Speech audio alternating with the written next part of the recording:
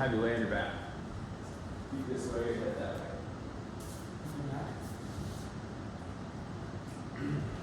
This is called a supine decompression. So before bed and after you wake up, and then honestly is recovery, or like if you want to stretch before you do something, you can do a sped up version of everything we do today. Big toes are going to come together, heels are apart.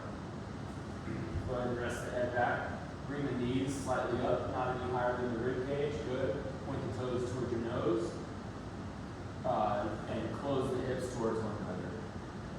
Feel that in the hips. Tough.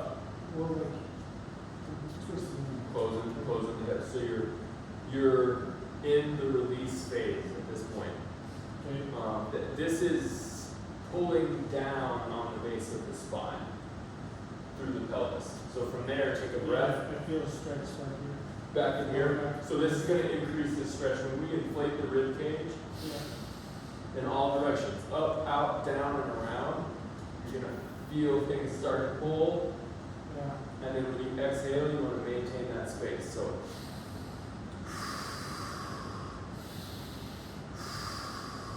good.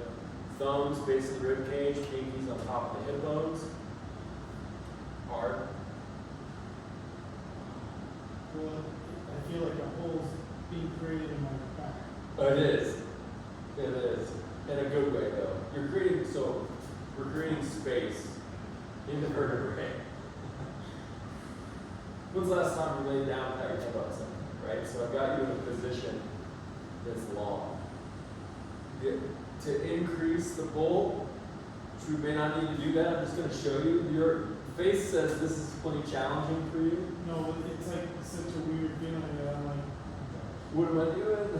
You're lengthening, you're pulling, you're putting space for the ribs. Each rib connects to the thoracic spine in between each vertebrae. So when you take that breath, it opens the G-spot.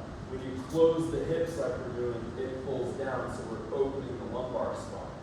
And then the last piece is if we tuck the chin slightly, creates length through the back of the head, and then you're going to reach the hands up, all the way up, and press the fingertips together, and press isometrically, fingertip to fingertip, and start to track them up and over and higher.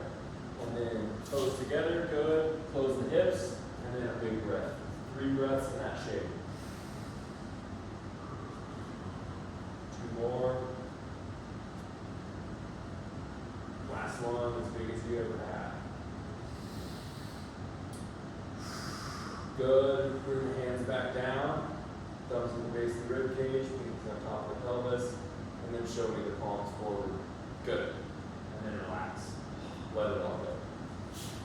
Relax.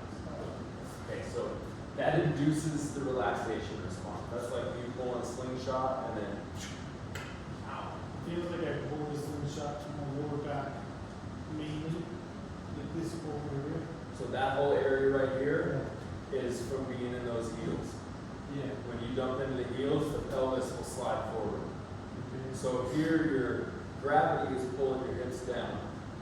And here you're expanding, so you're opening this slot, which is where you need more control. So then the idea is toes. Big toes together, toes towards the nose, knees slightly up about rib cage level, and close the hips. So shins and thighs are both pointing in. And then when the toes point towards your nose, you're just adding tension. If you were to point these down and back up, you can do ankle pumps in this position, and it's going to build and condition those tissues. So an ankle pump in this shape, and then we're going to do the next one called a shin tracer. So for a shin tracer, you're going to take, we're going to start left side. Left heel, place it on the inside of the right shin. So you're still going to be in this supine decompression. You're just going to pick this side up now. And you're going to trace it up to the kneecap and back down. Okay, and what this does is it starts to coordinate the hip and the ankle to synchronize and protect that knee. Hold that right there. Big breath. You see this hand. Press that hand into the inside of the knee, press the knee to the hand so there's an isometric. Reach that hand up and back. Go over to let the head rest. Going all the way up, push the thumb into the floor. Match that pressure with the thumb into the floor with the hand into the knee. Here, toes towards the nose. Keep that hip locked in. We're going to extend this foot up towards the ceiling. This decompresses the back of the knee. Because you're isolating the hip and keeping it honest. You can pick it up. You can do ankle rolls. Directions. You're thinking with this part of the foot, pointing it towards me, and then bringing it down to the knee, and tracing it down to the ankle. So the full tracer comes up and out. Does that make sense? Yeah. You feel where you got tissues that are dormant? Right here. And it can cramp. So just slowly move in and out of them. Think about spreading the toes. Create space in that ankle. Let's spread the toes. Yeah. And then pumping that ankle around, all those different coordinated movements, and then think about feathering that foot to practice landing on that ground, and you'll feel the tissues through that compartment here, through here, that should predominantly be used for that motion. And then for one more cue, take the biggest breath you possibly can, and that creates more tension in the body. Good tension though, like elastic tension. You're creating tensegrity. Yeah, this whole section. Lit up. Okay, so short break. Talk about reps. Okay, when I'm counting these exercises, it's not really 1, 2, Right. 3 as much as it's 1. You're counting your breaths. 3 sets of 3 breaths is a great way to build just resilience in that body. And it's difficult. 5 sets of 5 is when you get into the strength world of this routine. 3 sets of 3 is all you need to be doing for the first week. If you get a little wild and do 5 sets of 5, glory to you. But you're going to feel it in a whole different scenario, because instead of just doing 9 reps, now you're doing 25. So if you take it in reps and sets, and you let your breath be the rep you're counting. All right, right knee's choking, yes? My fat just popped a little bit. In a good way. Yeah. Reaction response. So you create this tensegrity, and then when you're done, it's a self-adjustment. So, yeah, the right needs the Right knee's the bathroom, so just be really slow when you're tracing in the shin tracer for this one. Think about the mechanics, making sure that both hips are closed, making sure that the toes point towards the nose, and then periodically ankle pump. If you find a zone like, man, that feels like it's going to pop the knee, or don't seek those moments. You're not trying to like pop it back in place. That's not the system here. It's, I just want to build tolerance in an area that I can. If you feel like you can't get the heel all the way up to the other knee, that would be something that I would expect on day 1 for you, some tightness. So you're just repping out the tracer, and it'll slowly open up more range. Is this something now? So this heel on the inside of that shin. Oh. That way, you can repeat the range accurately. Because if you're not tracing that heel, you're kind of playing in no man's land. Right. And if you feel like, all right, that's tough for me, if there's a range that you feel the leg maybe wobble a little bit or want to speed up, but you can't quite control the tracer at a pace, you feel like it wants to speed up, or you feel like it fatigues in that area, that's a great time to bring that other hand in and add an isometric. And that's when you'll feel that hip flexor really engage across the front. This feels good right now, just doing this. It's not, I don't feel it in my knee. I feel this spot right here. Lighten up, tissue, that's that IT band. Yeah. That's that glue. So when we pull that cramp, Feels good. Oh, feels good. so this is the exercise that I would have given you if we if I had 5 minutes with you and I never see you again, I would teach you this one for your knee, period. Because it's a safe position for me to teach you how to get the knee back in its proper slot. And then you've got good foot integrity, and then the hip has to stay honest. Is my toe pointing up?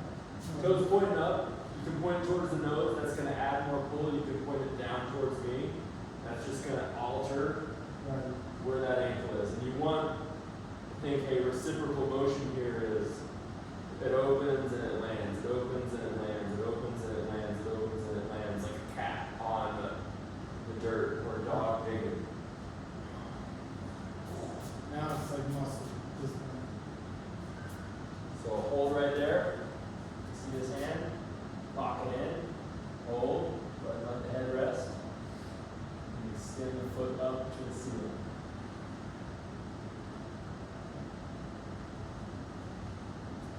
In a good way.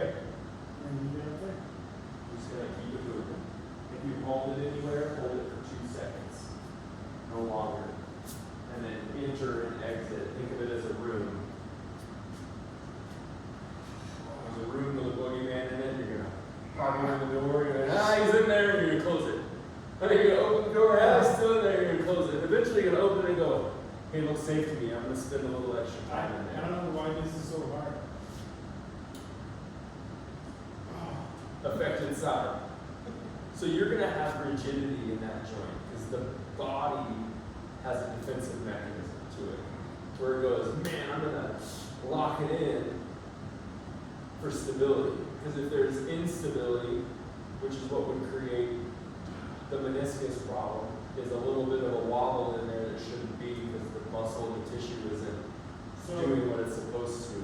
So I was doing exercises like this where they would have me put my knee like this and I would do this. Okay? But these aren't as close to what this thing is. A whole different ballgame. A whole different ballgame. Now, those exercises are a little different. And it's not that they're ineffective, and it wouldn't be like a straight, hey, you're not just going to flat out replace them. Are you still PT? All right, cool. That's quick because I'm like, it's not happening. It is bingo, and what they say, they don't know what to say. They don't have a protocol for that.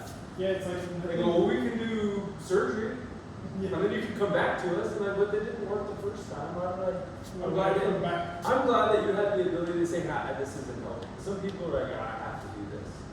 There's like this, it's almost like I'm injured and I need it, and I'm going to tell my buddies that I'm a PT. Other people are like, I like the PT. He's fun. I like to go see him.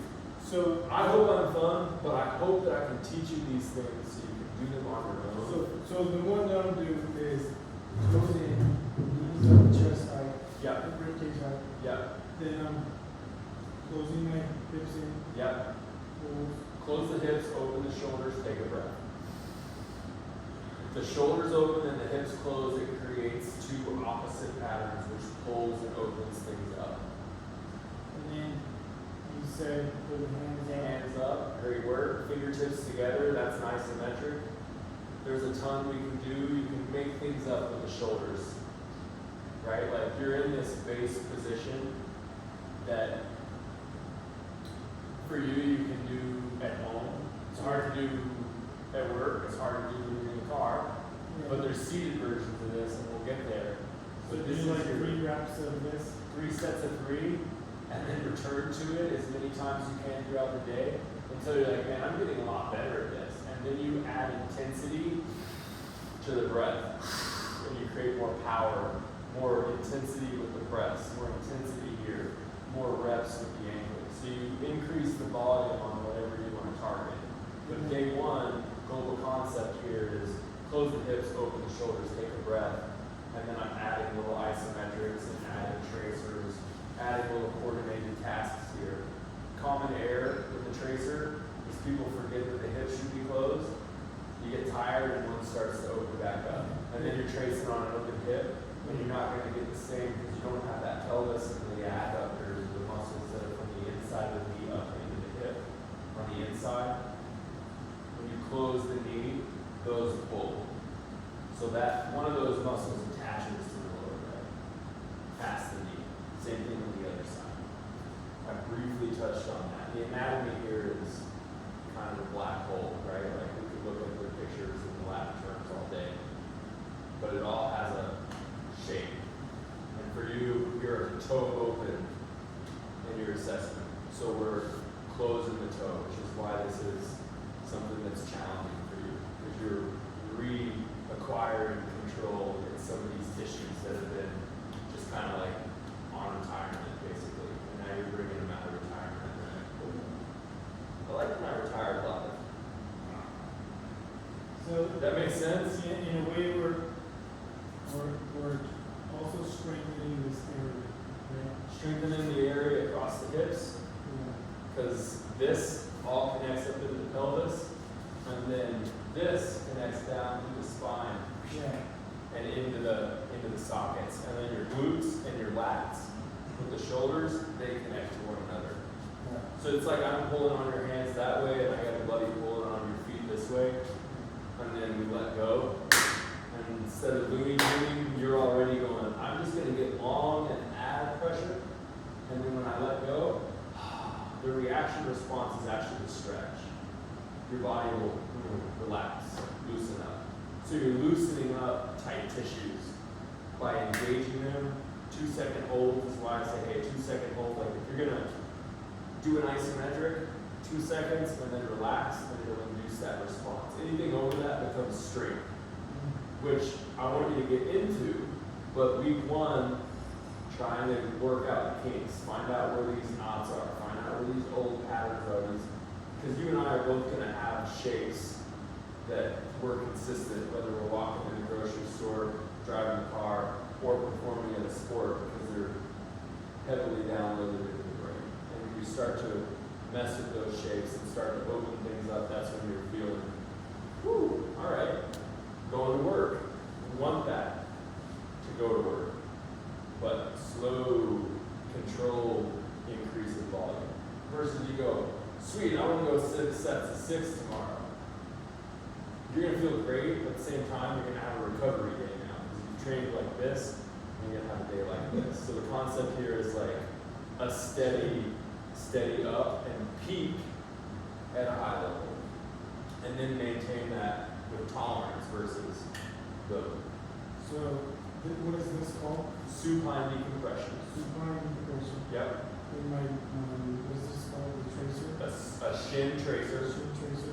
And then the shin tracer turns into an ankle gyroscope. So you add the shin tracer, and then you add the extension, and then you add the ankle tracer. And then you come back the way you came. Okay. Yeah. So while you're here, wall work, I'll show it to you. You'll be facing the wall, and you're actually going to be tracing the back of the shin, Yeah. or the front on the wall. We'll do that later, but it goes back, through, up, turns the chest, down, back. And then it's a single leg version where that hip is in the socket. So do you need anything else on the floor? No, now the prone work. So I'll be quick with the prone work. Roll over on your tummy.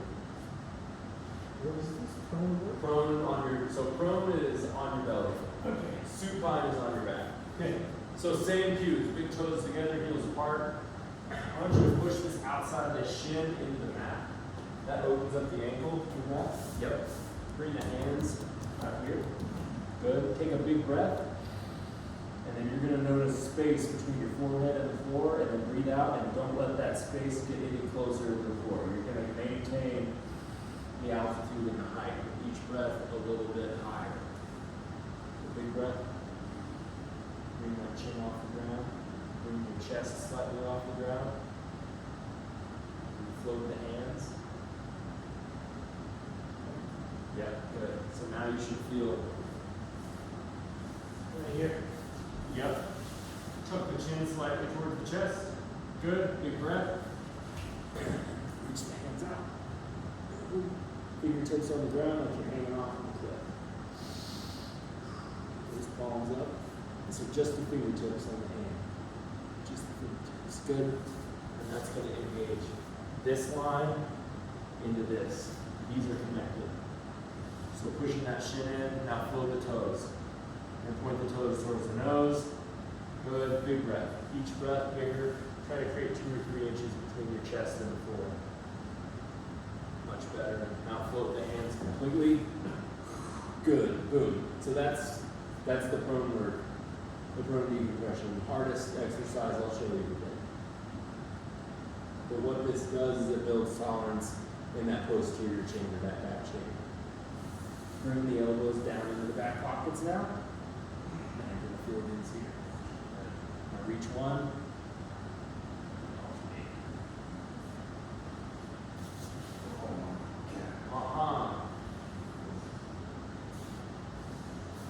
Now when this one comes down, kind of swivel the spine with it. Good.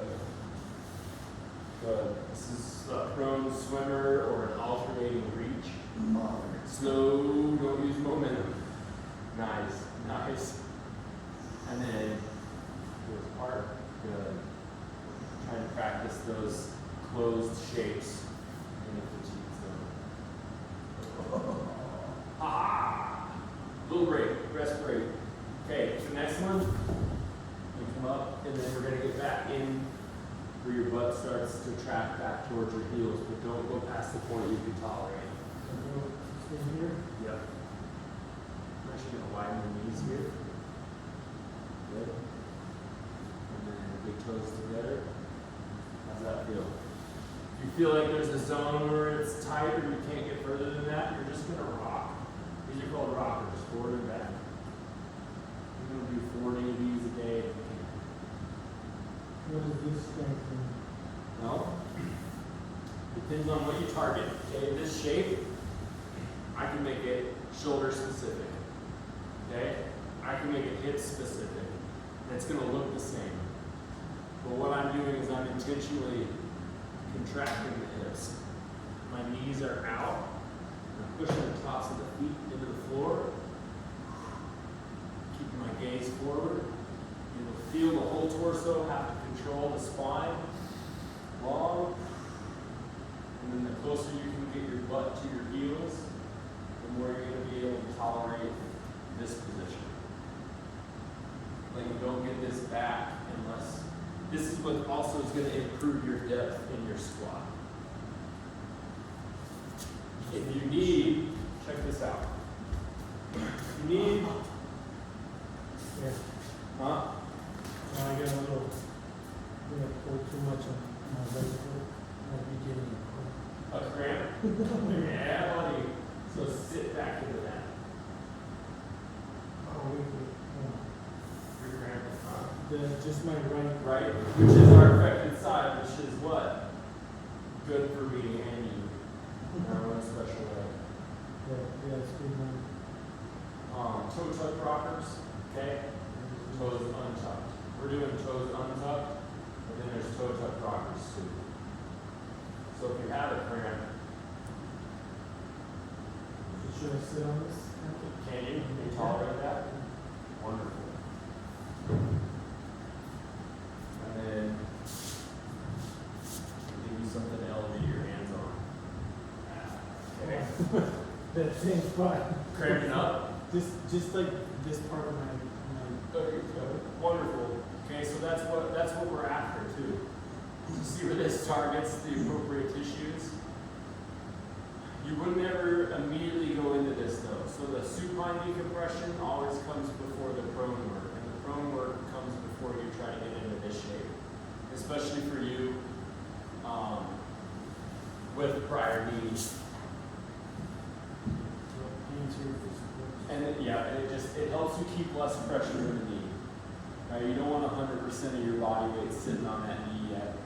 However, well, what's the idea? Like, where should I be able to do this? you should be able to eat here. Yes, but that's long-term goal. Long-term goal. It could be a year. It could move like If you're China, Japan. Yes. Who never lost it. They never stopped. They never stopped doing it.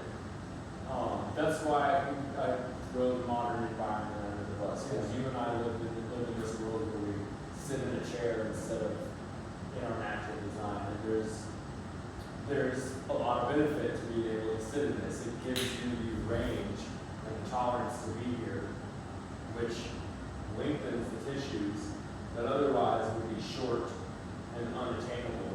And then if you add something explosive on a short, unattainable range, you get stuck in it with momentum, that can pop.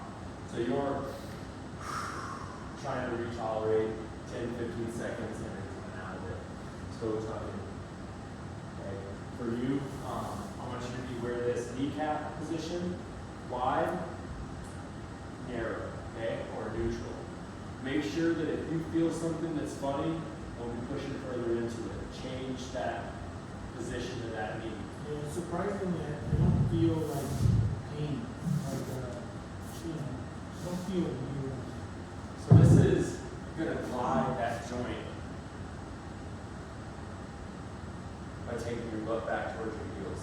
So if I were to just, If you remove those, those are just safety. yes, I don't go too far. And you can take a break. But this would be the overlay one. Yep. And if I wanted to torture you, I could say, Yeah. okay, raise one hand, or come all the way up into kneeling. Which now we can do that shoulder work in the kneeling position, little way squats. Okay. And now you're building hip tolerance. You can think about, because now you've isolated that it's just pelvis and torso. Your pivot points on your kneecaps, which become the feet in the same shape, and it's still the same. It's just easier to practice and isolate the pelvis. So you can play in these positions. Let's bounce it. I've had people that I'll say, hey, get in that shape and bounce the tennis ball off the wall. Just to try to tolerate more time in it. Go ahead and tuck the toes. Tuck the toes under. Oh, That's going to now load the base of the foot yeah. and into the calf. And then same thing. Little rockers. Like this. Yep. Yep.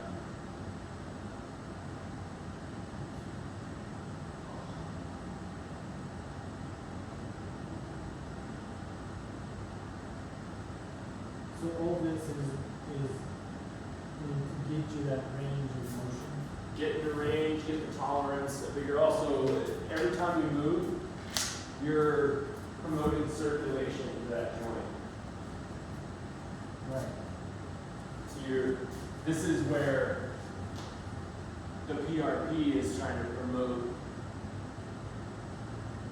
basically what your body already creates. It's just that we're going to overload it into that joint. But this is going to do the same thing, just at a very slower rate. It's more work, but you're still rejuvenating that joint. Next progression is going to be the crawl. Okay, and then to break the crawl down into smaller pieces, just come forward. We're going to go left side forward with you. So we're going to keep the right side long. Now you can push the outside of that foot into the ground. You can turn the torso away. You can slide that right foot further back, and you'll find yourself in the left hip completely. This is stretching. And it's stretching the front of that hip. And then your position or your shape that you're in that right side is the released position. So this would be the shape that your body would be in if you swung from the right across the body. Yeah, across. Yeah, it feels. Yeah. So with that in mind, reach your hand, right there. And then we're following that math, right? 45 degree. So you put an object inside of that geometry, add a nice metric, add a tennis ball squeeze, you can do grip work in these positions. Coordination, supination work with the racket in these positions. Bring that right hand behind the head. Open the elbow up to the sky, back down. There's a ton you can add into these shapes. You can get creative. Deep breath. Eyes on the horizon this time, right here. Good. Great work in the spot. Great work. And that's decompressing or lengthening the right side, which for you, that's what you want to target. When I was doing those stretches, or not the stretches, but the therapy, I found myself in like a weird position because it felt good to stretch. Like, this is like really good. But I found myself in weird positions on the floor because I'm like, man, this is like stretching out this piece, so it's helping, I think. Absolutely, because the hip and the ankle have to synchronize to protect the knee. This is my gripe with like, all right, there's knee pain, and it seems like the common thought is we're going to do knee exercises when, hey, let's do everything but the knee, and then come back to the knee and see if it makes a difference. Because the body is just a system. You can't really divide it into pieces. It's all connected. How's that feel on that right side? That's great range, but you can get into that. It's fine. You probably know that. It is, 100%. Yeah. 100%. Which is where this is something that you can do. Check this out. Throwing work.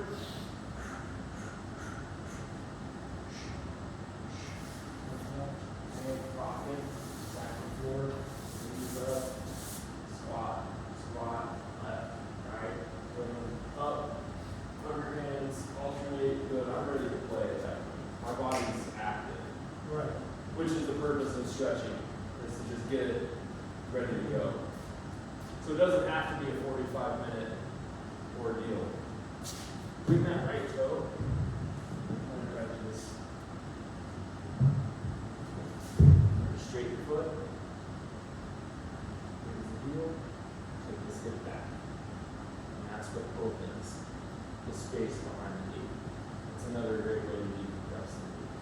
I put this over here. It's for support for that hand. It feels good. Right there. So there you go, calf raise.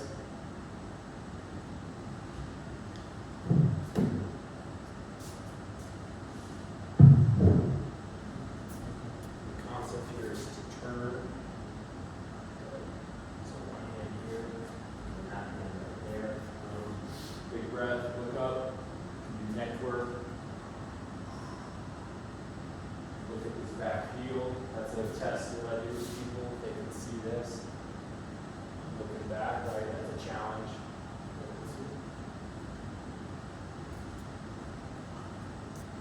That was a reaction response, which is what we want to see. If you're doing these positions, and you find the nervous system go, oh, there was a little loss of balance, you're finding new slots and new positions that the brain is redeveloping. Okay, I can get more comfortable over there.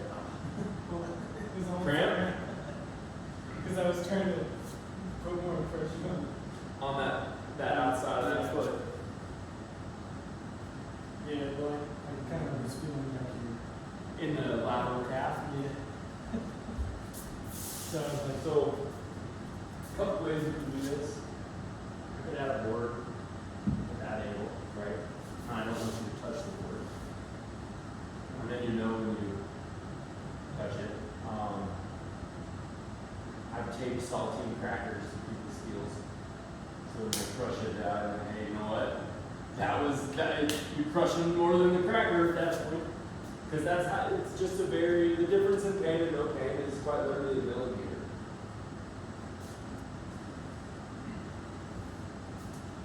With the backside here, you're just pushing the shin into the mat. That's what opens this ankle up.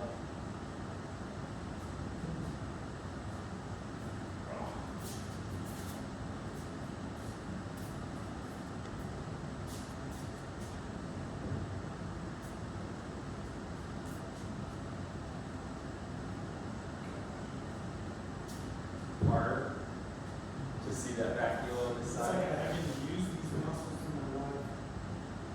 It's been a while. You definitely used them in your life. You crawled at one point as a baby.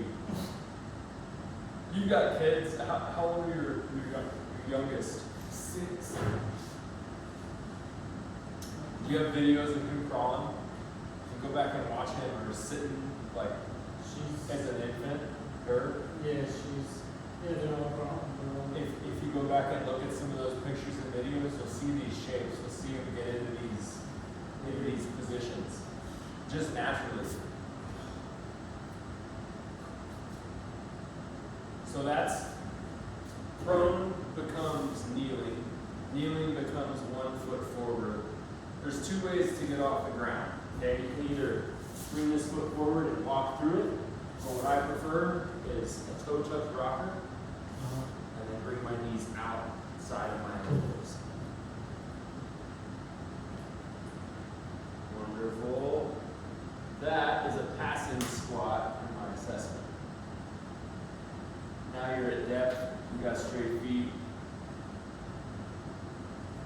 Boom. You can work on kind of pressure change.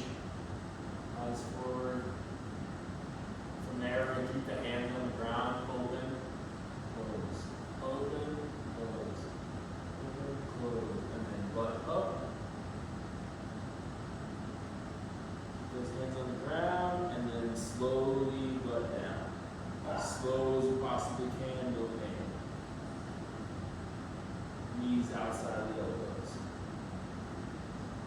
Push the knees into the elbows in the knees. It's a little isometric down there. And that's what's going to give you the stability to get the hands off, and then can you maintain it without that? Perfect. Squat to hinge flow is just butt up and back. When the butt goes up and back, the shins and the thighs pivot inwards.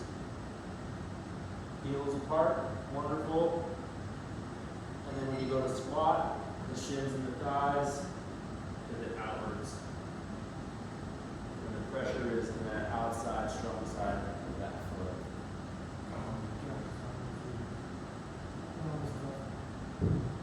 Yeah, I can feel my knee just shaking. In a good way, Well, yeah, I mean, in the tissue.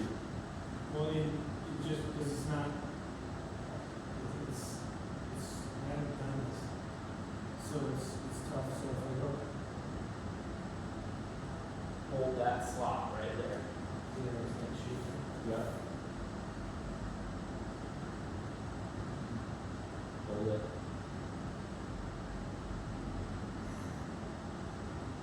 That's good.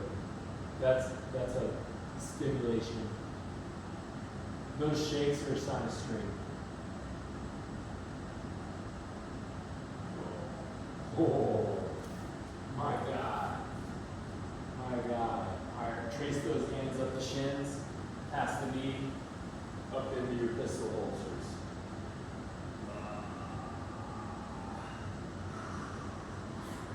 Okay, standing decompression, same thing we did in supine. Thumbs at the base of the rib cage, pinkies top of the pelvis.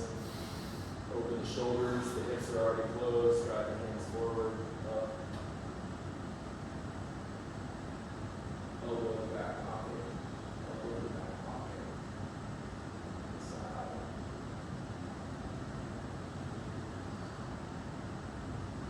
Open the ears. Close the elbows, 2-second hold, 1, 2, open as far as you can, 2-second hold, 1, 2. Get out of your heels. Good. Steady. Boom. And then you go for a walk. So that is a decompression sequence. And if you do it efficiently, 3 to 6 minutes, you spend more time at it, you're just getting more intention. Yeah, I totally forgot.